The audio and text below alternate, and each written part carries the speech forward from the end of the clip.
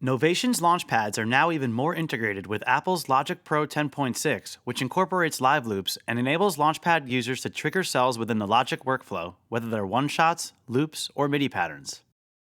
Logic now supports all generations of the entire Launchpad line, including Launchpad Pro Mark III. Setup is automatic. Just plug in your Launchpad and launch Logic.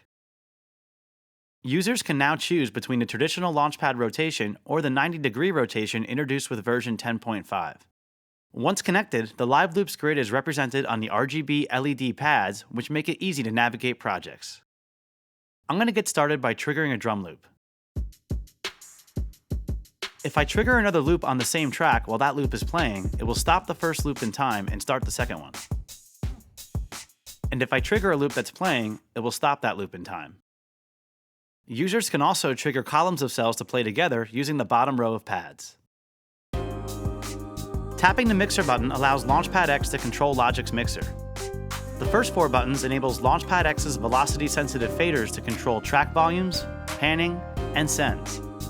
A hard tap for a quick change, or a lighter one for a smooth fade.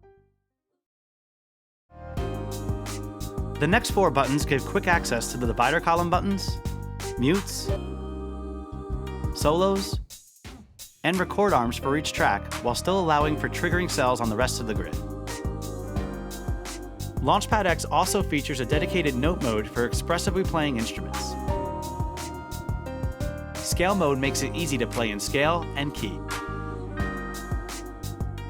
Creating templates for additional control is simple with the free Novation Component software. Play drums, send control changes, and more with 4 stored custom mode templates. With live loops, launchpads are an integral part of the Logic Pro workflow.